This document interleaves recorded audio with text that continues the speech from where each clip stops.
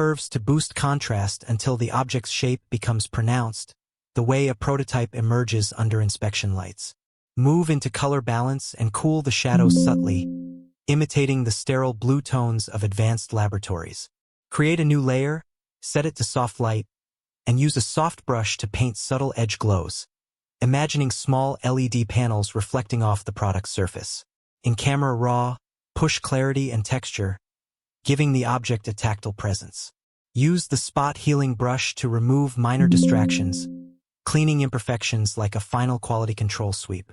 Export the image as if releasing a refined device ready for presentation to a committee curious about the future.